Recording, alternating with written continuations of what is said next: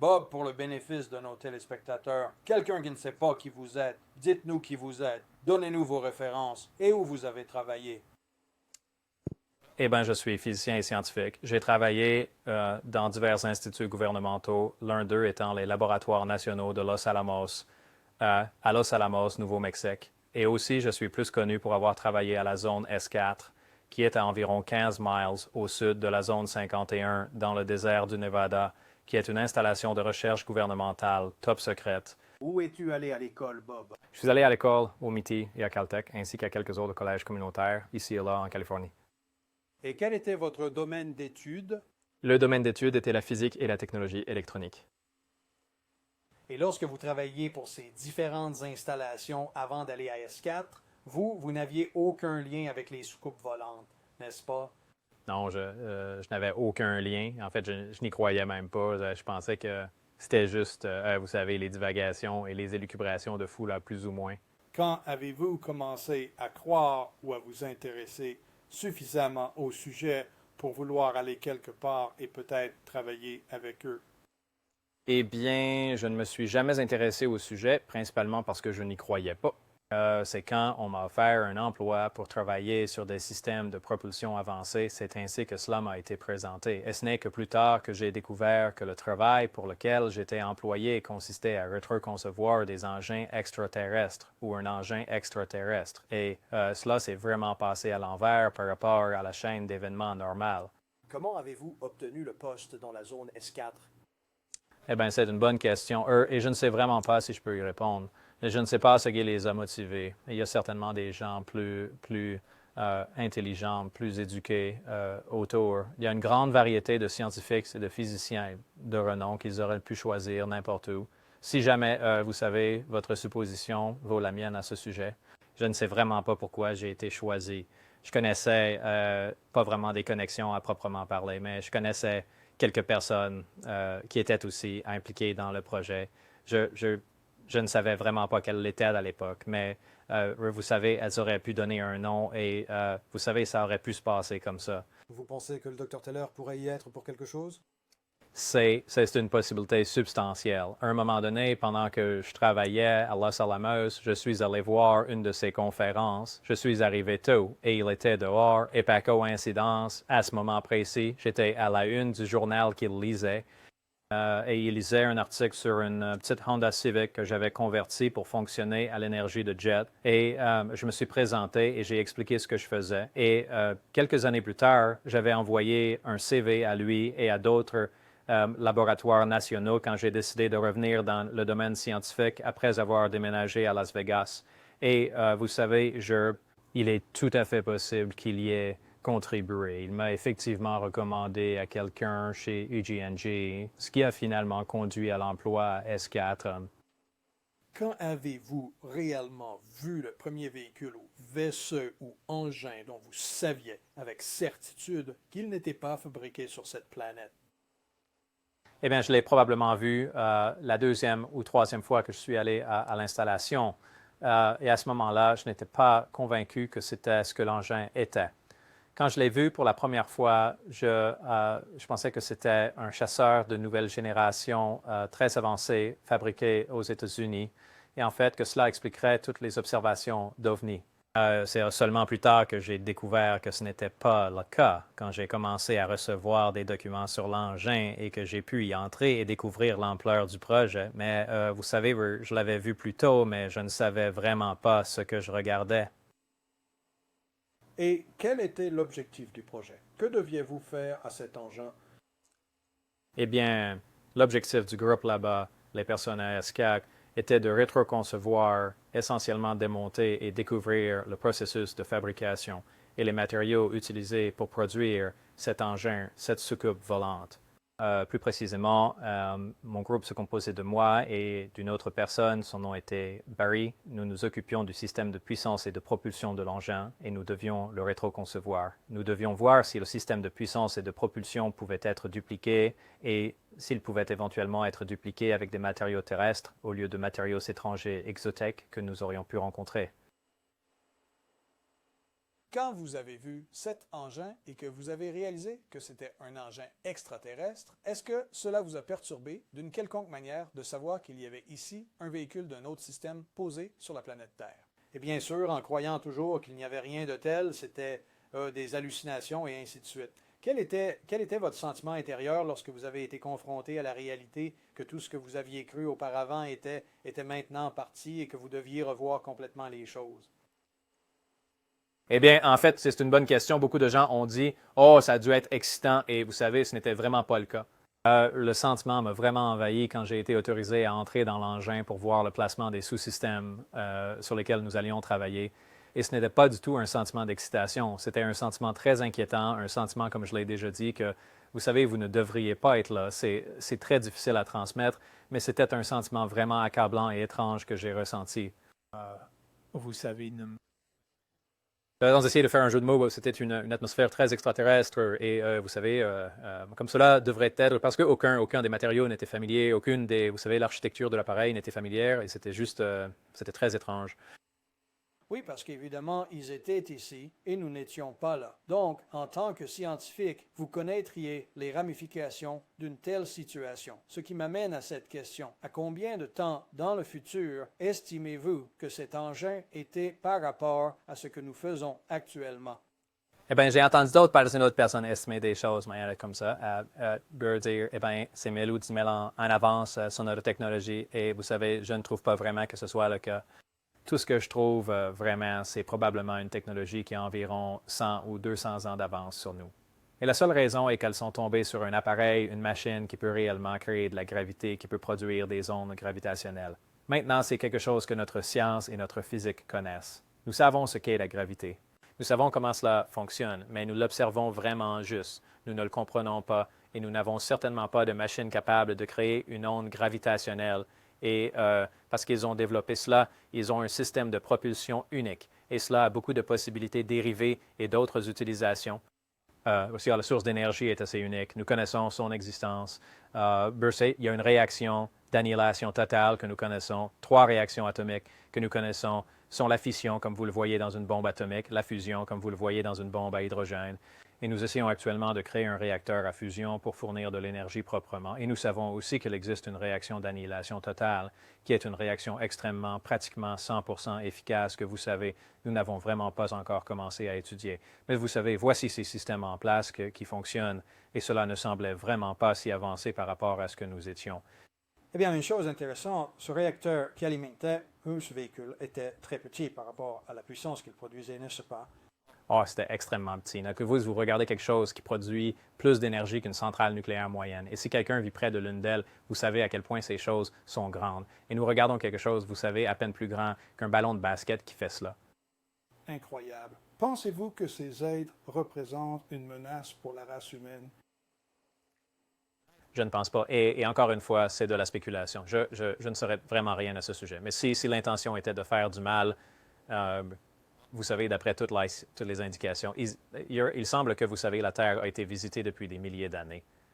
Et s'il y avait eu une intention de faire du mal, cela aurait déjà été fait. Si c'est quelque chose maintenant, c'est juste ma spéculation personnelle. Je pense que nous sommes plus un Disneyland, une chose intéressante à observer, mais je ne crois pas qu'il y ait une interaction directe réelle. Il pourrait y en avoir, mais je n'en vois aucune preuve. Pourquoi le gouvernement ne se contente-t-il pas de tout révéler, qu'il y a tellement de spéculations à ce sujet? Il y a tellement de désinformation. Pourquoi ne viennent-ils pas simplement dire « voilà ce qui se passe ». Ils ne représentent aucune menace. Et c'est juste quelque chose que vous allez devoir accepter, les gens. C'est difficile de faire ça. Tout d'abord, s'il allait être complètement honnête, il devrait admettre qu'il y a 50 ans, il savait que cela se passait. Et entre-temps, ils ont diffusé de la désinformation et des mensonges sur des événements qui, vous savez, se sont produits. Donc, ils ne vont pas dire « nous vous mentons depuis 50 ans ». Donc, pour commencer, il y a un problème là. Même s'il commençait aujourd'hui et disait eh bien, nous avons découvert quelque chose et vous savez, voici ce que nous avons découvert. Cela parce que ces systèmes sont avancés et qu'ils remplissent une fonction vraiment unique. Ils présentent un potentiel d'armes substantielles. Et à cause de cela, toutes les informations ne seront certainement pas divulguées. Je me suis toujours demandé pourquoi au moins l'existence de l'engin, au moins une déclaration à l'effet de « nous avons trouvé du matériel, nous avons des informations, Beaucoup de cela concerne la sécurité nationale. Cependant, nous pouvons vérifier l'existence de la vie ailleurs que sur Terre et la technologie que nous avons. Et vous savez, peut-être divulguer un peu d'informations ici. Mais ils ne font même pas cela. Et vous savez, sur ce point, il pourrait y avoir plusieurs raisons auxquelles nous n'avons pas pensé. Beaucoup. Qui sait quelle croyance cela pourrait perturber? Vous savez, c'est une pensée effrayante. Vous savez, nous nous sommes pratiquement placés au centre de l'univers entier, que nous sommes, vous savez, la race la plus supérieure et, vous savez, cela pourrait déranger les gens de découvrir que nous ne sommes vraiment pas si importants. Venez avec cette idée en tête. Pensez-vous peut-être que les extraterrestres eux-mêmes, Prime pourrait dire ça, écoutez, il vaut mieux que vous gardiez cela pour vous et que vous nous laissiez continuer à observer votre petit Disneyland. Et pensez-vous que cela pourrait en faire partie aussi? Cela pourrait certainement en faire partie. Cela pourrait être que l'architecture de tout le plan a été conçue par eux. Qui sait quel type de communication, s'il y en a eu, nous avons eu. Mais vous savez, encore une fois, votre hypothèse vaut la mienne à ce sujet. Combien de types différents d'engins avez-vous vu? Un seul? Ou y avait-il d'autres styles? Il y avait un engin sur lequel j'ai travaillé. Cet engin était très élégant, d'apparence fine par rapport aux autres qui étaient là. Il y avait neuf engins. J'ai surnommé celui-ci le modèle Spar parce que c'était un truc très élégant, ressemblant à une soucoupe volante des années 50. Et le nom est resté et les gens utilisaient ce nom. Je ne sais vraiment pas grand-chose sur les autres engins, à part le fait que c'était soit par accident, soit, vous savez, juste une coïncidence que je les ai vus une fois. Toutes les portes des hangars étaient ouvertes à un moment particulier quand j'étais là et normalement, elles étaient fermées. Mais pour la plupart, la seule information que j'ai est sur l'engin sur lequel j'ai particulièrement travaillé. Donc, vous n'avez aucune idée si les autres engins venaient de systèmes différents ou s'ils provenaient tous du même système. Vous n'en avez aucune idée à ce sujet. Eh bien, je sais avec certitude que le système de puissance et de propulsion dans tous les engins était le même. Donc, cela qui dit soit, vous savez, maintenant, vous devez commencer à spéculer que, premièrement, ils viennent tous du même fabricant, ou deuxièmement, quelqu'un sous-traite des pièces. Et vous savez, je veux dire, votre esprit peut s'emballer à ce sujet parce que vous voyez évidemment qu'un véhicule comme celui-ci est produit. Eh bien, il doit y avoir une usine quelque part et vous savez, finalement, votre esprit s'emballe. Et vous devez tracer une ligne quelque part. Bien sûr, je veux dire, ce sera peut-être le jour où nous achèterons le réacteur et le système et les composants de cette grande entreprise galactique qui en a l'exclusivité. Peut-être qu'il y a une sorte de brevet sur ce truc, non? C'est possible, mais pour moi, c'est tellement difficile à croire et je sais que c'est étrange venant de moi, mais vous savez, je trace une ligne entre l'existence réelle des extraterrestres et une structure sociale et je pense que c'est pour garder ma santé mentale. Et je m'occupe principalement des choses dont je suis sûr et avec lesquelles j'ai eu une expérience directe parce que votre esprit peut vraiment s'emballer et qui sait ce qui se passe.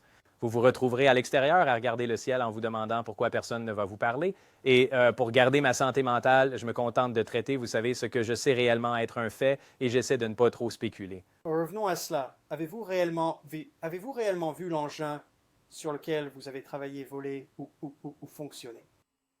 Oui, Ron, je l'ai fait à une occasion de près et à plusieurs occasions à environ 10 miles de distance. Et lors de cette occasion particulière, il y avait un vol d'essai en cours. Ils sont venus me chercher pour assister à un vol de courte durée et je me tenais à la porte du hangar et l'engin a décollé du sol, ce qui était en soi une vue incroyable. Quelque chose d'environ 52 pieds de diamètre s'est soulevé du sol presque silencieusement, a bougé un peu et s'est reposé. Mais vous savez, c'était l'opération à courte portée que j'ai pu voir.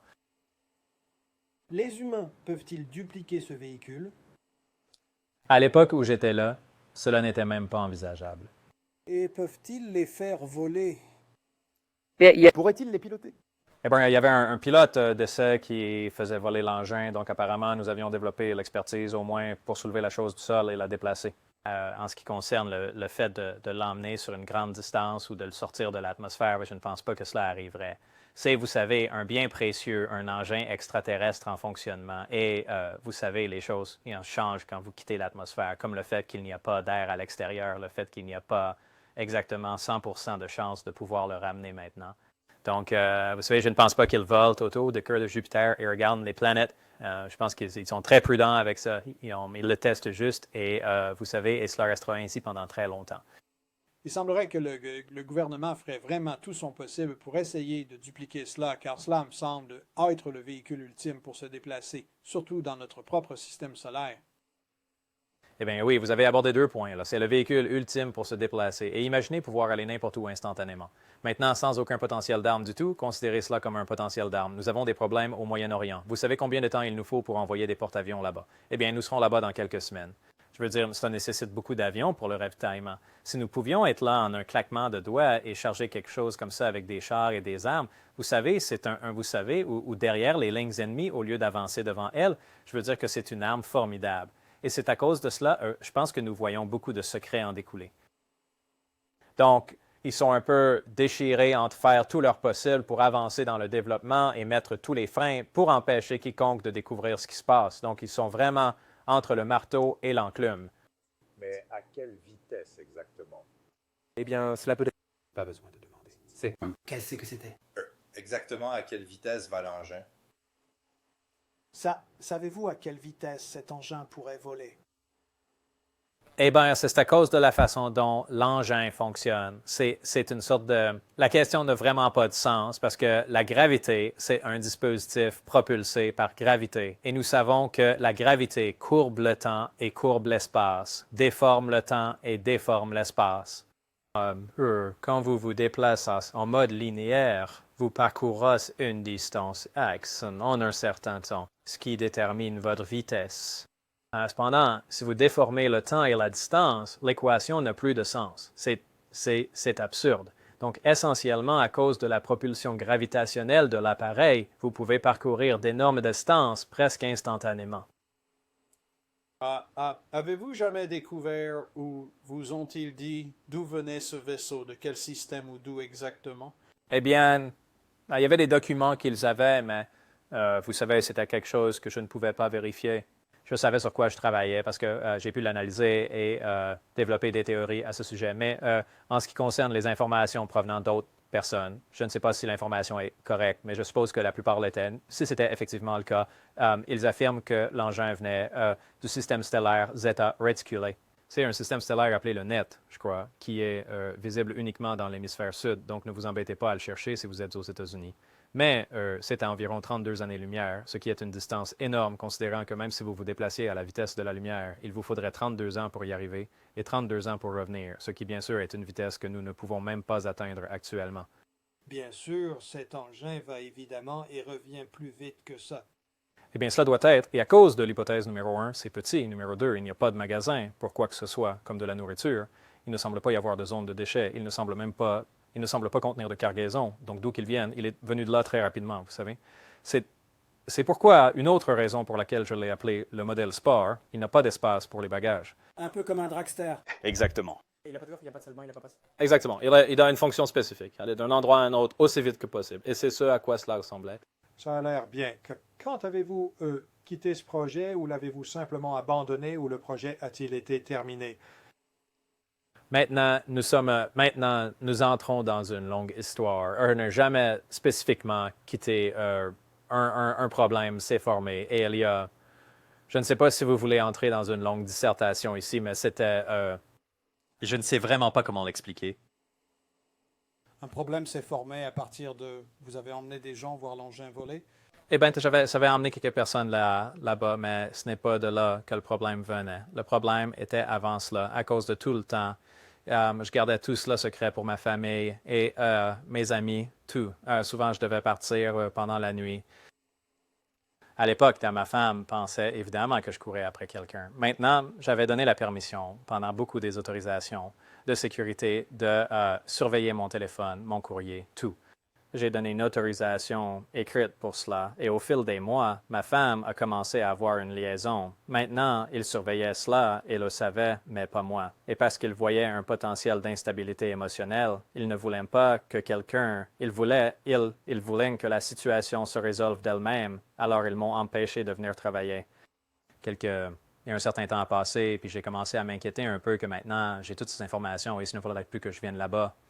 Et c'est à ce moment-là que j'ai commencé à amener quelques amis pour leur montrer ce qui se passait au cas où il m'arriverait quelque chose. Et puis, nous avons été pris en train d'y aller. Donc, c'était juste une terrible chaîne d'événements qui s'est produite et finalement, je n'y suis tout simplement plus allé. 7 0 2 2 7. Bonjour, je suis en plein milieu d'une interview. Au revoir. Gérez ça bien. Ouais. Par parler de la taille de votre engin. L'engin fait environ 52 pieds de diamètre et environ 16 pieds de haut. In error season, à l'origine, il y a quelques années, quand je suis sorti, j'avais les dimensions incorrectes. Je pensais qu'il faisait environ 30 pieds de diamètre et parce que je ne suis vraiment pas bon pour juger les distances de près. Cependant, j'ai travaillé avec certaines personnes du modèle de la société Tester et ils ont fait venir quelques artistes. Et ce que nous avons fait, c'est que nous avons pris les dimensions des choses que je connaissais de près et ils les ont réduites à l'échelle et ont essentiellement reconstruit l'ensemble de l'engin de cette manière et les dimensions et tout correspondait. Donc, je pense que les dimensions finales étaient d'environ 52,8 pieds de diamètre et 16 ou 15,2 pieds de hauteur, quelque chose comme ça. Parlez-nous un peu de l'intérieur de l'engin où vous êtes entré, ce que vous avez vu et c'est comment, juste une sorte de fonction de base. Eh bien, il y a 3 niveaux dans l'engin. Il y a un niveau central auquel la trappe vous donne accès. C'est là qu'il y a 3 sièges. Au centre exact de l'engin, il y a un réacteur qui l'alimente. Autour du réacteur, il y a 3 amplificateurs de gravité. Cela fournit l'énergie et le champ qui propulse l'engin. Au niveau en dessous, il y a les véritables antennes guides d'onde, cornes, peu importe comment vous voulez les appeler, qui émettent réellement l'onde de gravité.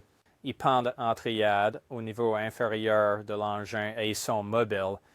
Tout en haut de l'engin, il y a de petits hublots noirs, c'est comme ça qu'on les a appelés.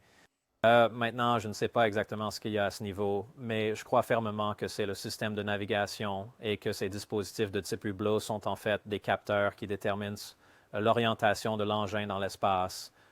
Donc, il peut dire si c'est à partir de repères stellaires ou de points de repère ou qui sait quoi, ou un système que nous ne connaissons pas. Mais c'est ainsi que l'engin détermine son orientation et sa position dans l'espace. Que diriez-vous de la construction des différents composants? Comment était-ce? Était-ce boulonné ensemble, enclenché ensemble, maintenu ensemble avec du velcro, quoi? Eh bien, c'était fascinant qu'il n'y ait pas de joint visible que j'ai pu voir. Il n'y avait pas de dispositif de fixation, pas de vis à rivet. Tout avait l'apparence d'être moulé par injection. Tous les systèmes différents qui étaient connectés les uns aux autres étaient complètement lisses et connectés comme on le verrait dans un énorme, vous savez, moule à injection plastique. Il n'y avait vraiment rien qui était discernable comme un dispositif de fixation ou une jointure pour moi nulle part. Eh bien, cela ressemble à une technologie que j'aimerais voir dans Top Fuel. En fait, ce serait des choses vraiment intéressantes, des directions que nous pourrions explorer avec ce genre de choses. Ah, ça c'est sûr. Eh bien, en jugeant par la taille de l'engin, la hauteur de chaque niveau, la taille des sièges, quelle serait votre estimation quant à la taille des êtres? En jugeant par le siège et en jugeant par la hauteur du plafond, la taille de l'être ne pouvait probablement pas dépasser 1,20 m et c'est le maximum. Parce que quand vous entrez dans l'engin, vous êtes complètement courbé. En fait, vous devez pratiquement ramper, mais vous êtes complètement courbé jusqu'à ce que vous arriviez au centre de l'engin. Donc, ce n'est certainement pas à notre taille. Vous savez, probablement plus proche de la moitié de notre taille. 3 pieds et demi serait plus réaliste. Et les sièges sont petits? Oh, oui. Eh bien, vous avez entendu. Alors, voici un autre domaine qui a toujours été étrange. Vous avez entendu parler de tous ces enlèvements. Tout le monde parle de leur enlèvement. Quelle est votre opinion sur les histoires d'enlèvement? Personnellement, je ne les crois pas, mais... Et encore, c'est quelque chose d'étrange venant de moi, vous savez, sortir avec une histoire de soucoupe volante. Mais je ne vois pas assez de preuves et oui, c'est juste une intuition. Je pourrais avoir complètement tort, mais j'ai du mal avec la plupart d'entre eux. Et si en fait, vous savez, ils se sont produits, il pourrait y en avoir un ou deux qui se sont réellement produits, vous savez, en référence à Betty et Barney Hill, qui étaient un couple dans les années 60 qui ont affirmé la première abduction. Vous savez, il y a des preuves intéressantes, mais je ne sais pas avec certitude. Et mon instinct me dit que je n'y crois tout simplement pas. D'accord. Et comme vous l'avez dit plus tôt, ils nous regardent peut-être juste comme si nous étions un grand monde de Disney ou quelque chose d'intéressant à observer. Et vous, vous avez dit que depuis combien de temps pensez-vous qu'ils observent? J'ai entendu dire plus tôt que vous pensez plus de 1000 ans ou plus que ça. Oh, plus que ça. Je veux dire, il y a de très intéressantes vieilles peintures de la période de la Renaissance qui ont des images de soucoupes volantes dessinées en arrière-plan dans le ciel. Vous savez, oui, évidemment, pas une tache, mais évidemment un engin de forme elliptique et, vous savez, avec une lueur autour. Je veux dire, certes, certains d'entre eux sont fascinants. Donc, que cela prouve quelque chose ou non, je veux dire, il y a certainement des mentions d'eux dans certains textes anciens aussi. Donc, vous savez, d'après les preuves que j'ai vues, il semble qu'ils viennent ici depuis des milliers d'années. Vous n'avez jamais réellement vu l'un de ces êtres. Non, je ne l'ai pas fait. Savez-vous, avez-vous déjà entendu parler de quelconque installation souterraine où il pourrait être, où certains de ces êtres pourraient se trouver? Eh bien, j'ai entendu beaucoup d'histoires. Et en fait, Escar a été construit dans une montagne. La seule chose, et la raison en est de le dissimuler des photographies satellites. Ça ne descend pas à moins qu'il y ait des parties de l'installation où je n'étais pas autorisé à entrer. Mais vous savez, je n'ai vu aucune de ces installations souterraines profondes où des extraterrestres travaillent côte à côte avec des humains sur des projets secrets. Et vous savez, je ne sais pas si j'y crois. En fait, juste parce que vous savez, une opinion négative à ce sujet, ça ne veut pas dire que ça n'existe pas, mais j'ai juste du mal à y croire. Avez-vous entendu parler de ces vaisseaux dans d'autres pays? Est-ce que sommes-nous les seuls? Les États-Unis sont-ils les seuls à posséder l'un de ces engins? Eh bien, j'ai entendu des histoires. Je ne suis pas vraiment au courant de toutes les informations sur les ovnis, mais celle qui a attiré mon attention était, il y avait des observations en Suède, je crois, dans les années 70 et au début des années 80, d'un fermier là-bas appelé Billy Mayer. Et la raison pour laquelle cela a attiré mon attention est que l'engin ressemble exactement à celui sur lequel je travaillais. Il y a des photographies fantastiques de cela. Maintenant, les gens prétendent que les photographies sont fausses et ainsi de suite. Cependant, elles ont l'air assez correctes. Et en plus de cela, cela ressemble exactement aux engins sur lesquels j'ai travaillé. Donc, si c'est une fausse photo, les chances qu'on construise un modèle qui ressemble exactement au véritable engin sont minces. Il est donc possible que cet engin ait été là ou que nous l'ayons testé nous-mêmes et l'ayons amené jusque-là, bien que j'en doute. Mais cela a attiré mon attention. D'accord. Le gouvernement vous a-t-il posé des problèmes concernant Sortir et en discuter.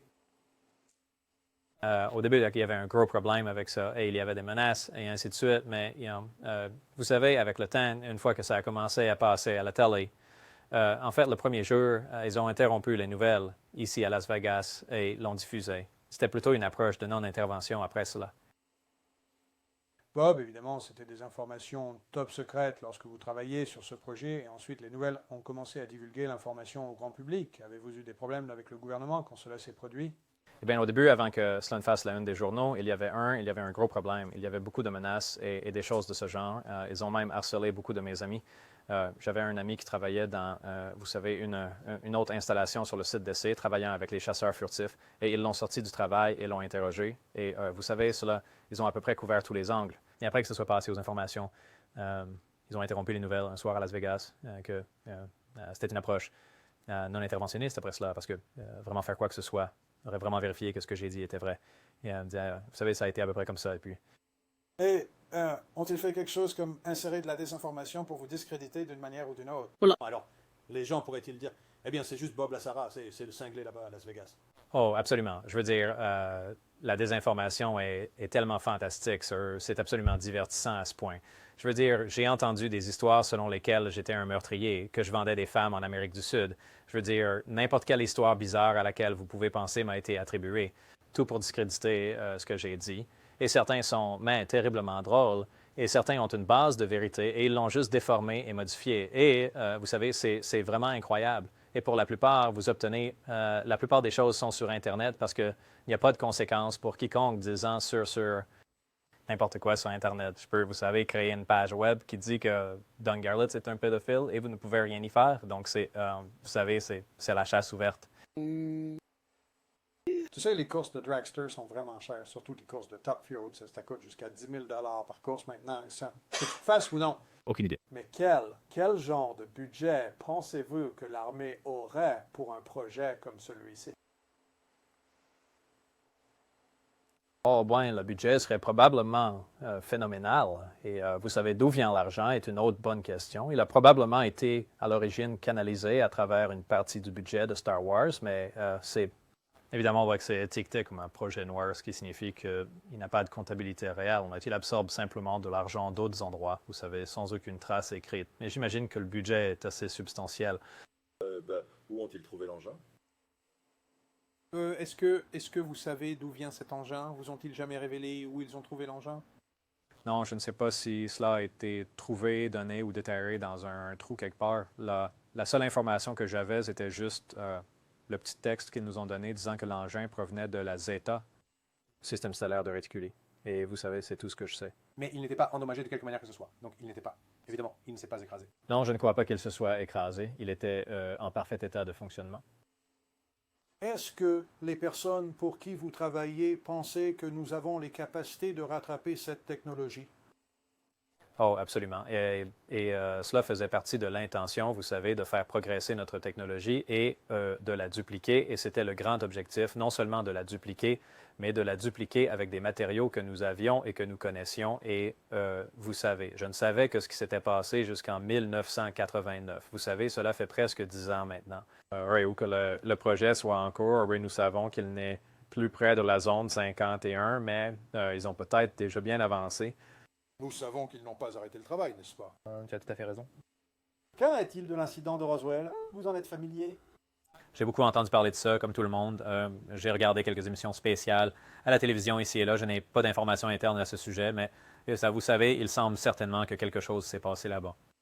Bien plus de 300 personnes se sont manifestées en affirmant qu'elles ont vu l'engin ou le site du crash ou un être. Donc, dans notre tribunal d'aujourd'hui, si 3 personnes disent qu'elles vous ont vu tuer quelqu'un, vous pourriez aller à la chambre à gaz.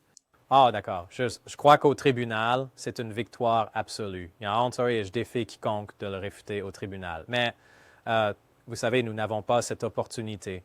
Parlons-lui et demandons-lui s'il peut décrire exactement comment cette antigravité, cette machine à gravité, disons que vous l'appelez de la taille d'un ballon de basket, fonctionne. Entrons dans l'ingénierie. Bob, pour nos téléspectateurs qui sont technologiquement enclins, pouvez-vous nous donner un bref aperçu de la façon dont ce petit réacteur de la taille d'un ballon de basket pourrait générer de l'énergie et provoquer la formation d'un champ gravitationnel? Je vais en donner un bref aperçu. Cela peut devenir assez technique, mais en gros, c'est un réacteur et un accélérateur. À croire que la plaque de base de l'appareil est quelque chose de similaire à un cyclotron, où les particules sont accélérées dans un champ magnétique et propulsées à grande vitesse. Le carburant est un élément que nous n'avons pas ici sur Terre, connu sous le nom d'élément 115. C'est quelque chose que nous ne pouvons pas non plus synthétiser dans un accélérateur. Il y a des éléments plus lourds que nous synthétisons comme le plutonium et des choses de ce genre, et généralement, ils ont une demi-vie, ce qui signifie qu'ils se désintègrent très rapidement, et plus vous montez dans le tableau périodique, plus ces choses se désintègrent rapidement. Cependant, nous avons toujours théorisé qu'il y a une petite île quelque part autour de l'élément 114-115, où les éléments redeviendront stables, comme le sont d'autres éléments, comme le zinc et le fer, et vous savez, des choses avec lesquelles nous sommes plus familiers. Eh bien, apparemment, c'est le cas. Que cet élément se produise naturellement ailleurs dans le système solaire, ailleurs dans la galaxie, ou qu'il soit synthétisé, est encore une spéculation. Cependant, c'est le carburant qui est utilisé. Lorsqu'il est bombardé avec un proton accéléré provenant, vous savez, du pseudocyclotron au bas de l'appareil, il se transmute.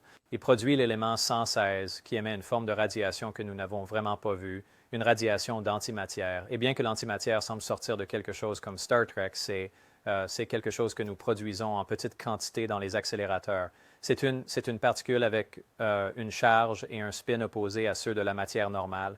La raison pour laquelle l'antimatière est si intéressante pour nous et a été si intéressante dans la science-fiction est que lorsque l'antimatière réagit avec la matière, lorsque l'antimatière entre en contact avec la matière, elle libère 100%. C'est presque une conversion totale de cette matière en énergie, avec pratiquement rien qui reste.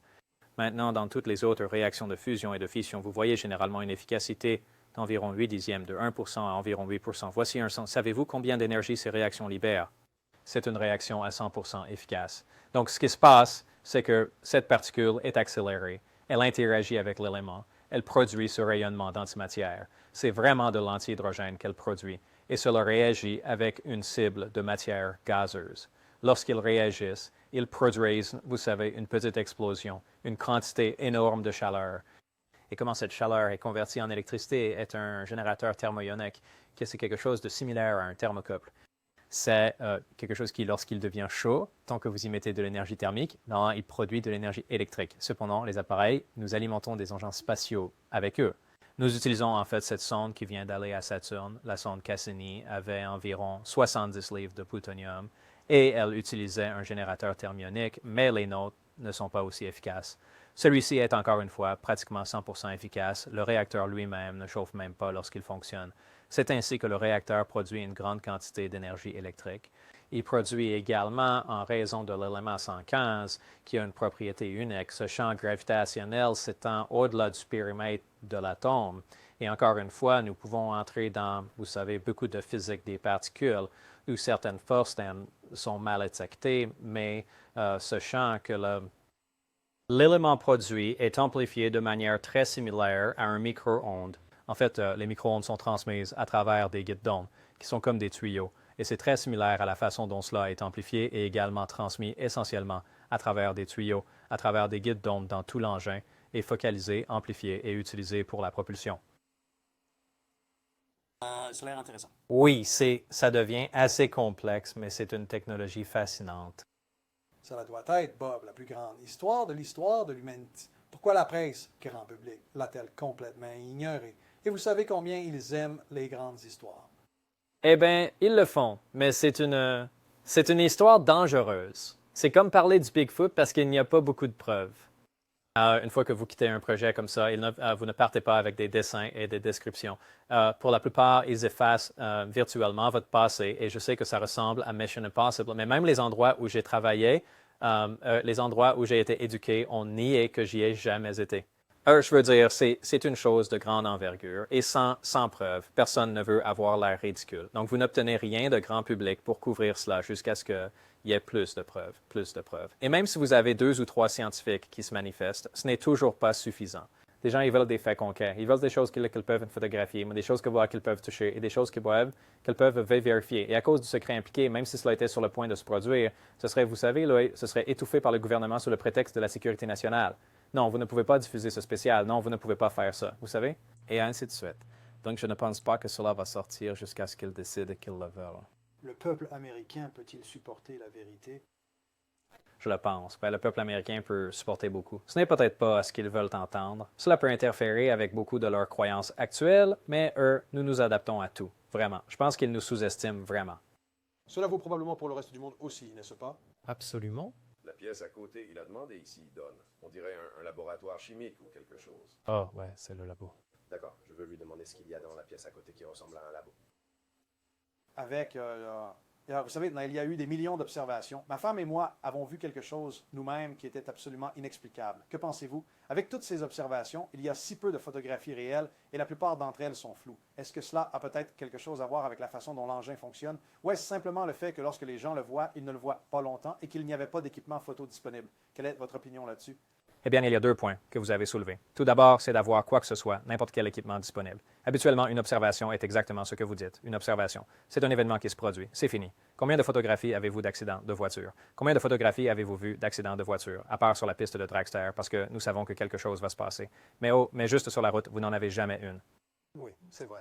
C'est parce que l'événement se produit et c'est fini. Maintenant, la seule raison pour laquelle vous en entendez parler ou que l'équipe de presse arrive, c'est parce que ça reste là après que c'est arrivé, mais l'accident en lui-même, il n'y a pas de photographie parce que c'est un événement fugace. Dans tout événement fugace, c'est quelque chose que vous ne voyez pas. Et beaucoup de gens insistent là-dessus en disant, eh bien, vous savez, il n'y a pas de photographie d'eux en train de voler. Eh bien, ça a duré 2 secondes. Ah, que voulez-vous de nous? Bon, même si vous avez un caméscope à la main qui dit que vous avez regardé la chose. Et en plus de cela, parce que ces engins fonctionnent avec un moteur gravitationnel, l'onde gravitationnelle, la gravité elle-même, déforme la lumière, l'espace et le temps. Et tout cela semble, encore une fois, comme de la science-fiction et vous savez, quelque chose de difficile à croire, mais nous savons. Nous savons que la gravité courbe la lumière, courbe l'espace et courbe le temps. Et à cause de ce facteur, il y a, par exemple, sur l'engin sur lequel j'ai travaillé, on m'a dit que de certains points de vue en dessous de l'engin, vous ne pouvez pas voir l'engin. Vous ne pouvez voir que le ciel au-dessus parce que la lumière est courbée autour de l'engin. Il pourrait certainement y avoir des situations où vous pourriez voir quelque chose et quelqu'un à 6 ou 9 mètres de vous pourrait regarder un ciel bleu clair et ne pas le voir. C'est juste la façon dont les choses se passent. La diffusion de cette interview va-t-elle nous causer des ennuis à vous ou à moi? Oui, c'est ça, je l'aimais. La diffusion de cette interview nous causera-t-elle des ennuis? Je ne pense pas. Cela fait environ, vous savez, comme je l'ai dit, presque 10 ans, et vous savez, cela a été dans les nouvelles et a été abordé plusieurs fois, et je pense que ça reste à peu près là où c'est. Je ne vois aucun problème. Donc, personne n'appellera ESPN en disant « Ne diffusez pas ce reportage ». Eh bien, s'ils le font, cela ne me surprendrait pas vraiment. D'accord, Don. Demande-lui à propos de sa pièce à côté. Bob, qu'est-ce qu'il y a dans la pièce d'à côté ici? Oh, c'est mon laboratoire ici. Je fais beaucoup de recherche indépendante, consultation. Tout ce qui est lié à la science, à la physique, ainsi que la modélisation informatique, tout ce qui est dans ces domaines. Tu m'as dit que tu étais en train de... tu concevais ou avais fait le travail informatique sur une voiture fusée qui va aller à 900 miles à l'heure.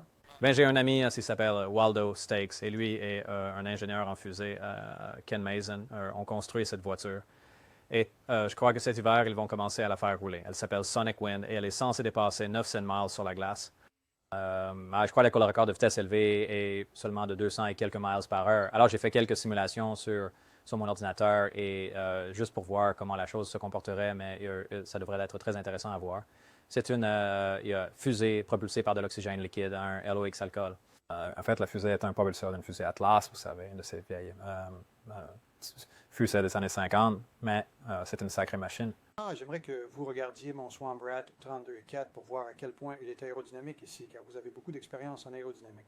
Ouais, ça, dans une certaine mesure. Voyons si j'étais sur la bonne voie et peut-être donnez-moi un peu quelques conseils ici. Eh bien, ça ne ferait pas de mal de le passer à l'ordinateur? Et je pense que nous allons faire ça. Eh bien, Bob... C'était génial de parler avec vous. Et merci beaucoup. Je sais que de ma part et de tous mes fans, nous vous remercions vraiment d'avoir fait cette interview. Cela a certainement été instructif. Eh bien, ce fut un plaisir. Eh bien, à ce sujet, dites ce que vous saviez. Parlez-nous un peu de la salle de briefing avec vous parce que vous aviez cela sur votre enregistrement. Dites-nous un peu ce qui s'est passé quand vous êtes entré dans cette salle. Parlez-nous de la salle de briefing et de certaines choses qui s'y sont passées. Il n'y avait pas grand-chose. C'était une petite pièce. J'avais essentiellement une série de briefings, 120 et quelques. Je ne me souviens même plus combien. Et en gros, ils contenaient juste un petit aperçu de chaque projet de satellite en cours. Donc, nous connaissions tous l'existence des uns et des autres. Nous ne savions juste pas spécifiquement ce qu'ils faisaient. Par exemple, il y avait un groupe qui s'occupait de la métallurgie de l'engin. Il y avait un groupe qui s'occupait, vous savez, pratiquement de chaque aspect. Donc, encore une fois, cela nous donnait juste un aperçu de ce qui se passait. Le nom de certains projets, comme que ceux qui avaient des informations spécifiques traitant de leur projet, et avaient juste un petit aperçu de ce sur quoi notre groupe travaillait. Donc, c'était essentiellement tout. C'était juste lire à travers beaucoup de cela et avec certaines des autres informations qui avaient apparemment été collectées à partir de l'engin ou vous savez, des informations qu'ils avaient apprises dans le passé. Alors, que pouvez-vous nous dire sur les corps d'êtres extraterrestres? Eh bien, il y en avait apparemment quelque part. Il y avait des photos d'autopsie d'un être. Maintenant, je ne sais pas si cela avait à voir, si c'était quelque chose qui faisait juste partie de l'histoire du projet ou si c'était quelque chose qui était là, ou si c'était quelque chose qui avait un lien, vous savez, avec cet engin. Mais des deux photographies que j'ai vues, il n'y en avait que deux, là. C'était un petit être montrant juste la poitrine. Et la poitrine était coupée en forme de T avec la peau tirée en arrière. Et c'était la chose, hein, elle avait juste un organe central, comme si ça ressemblait... Avez-vous déjà vu un foie au supermarché? Juste une sorte de chose brune, presque liquide. Mais il avait juste un organe central et puis les photographies suivantes montraient l'organe vivisectionné et il semblait que tous les organes habituels avaient simplement fusionné. Il y avait une seule section qui apparemment pompait le sang, une autre section qui traitait l'air et il semblait juste, vous savez, être un seul organe au lieu de petites unités séparées ici et là. Mais c'était...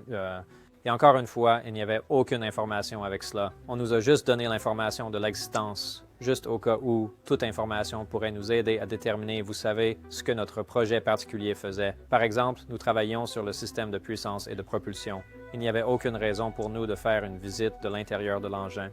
Cependant, peut-être que l'emplacement du réacteur était important pour son fonctionnement, donc nous devions voir où il se trouvait, nous devions voir, vous savez, certaines choses, satellites autour de ce qui se passait.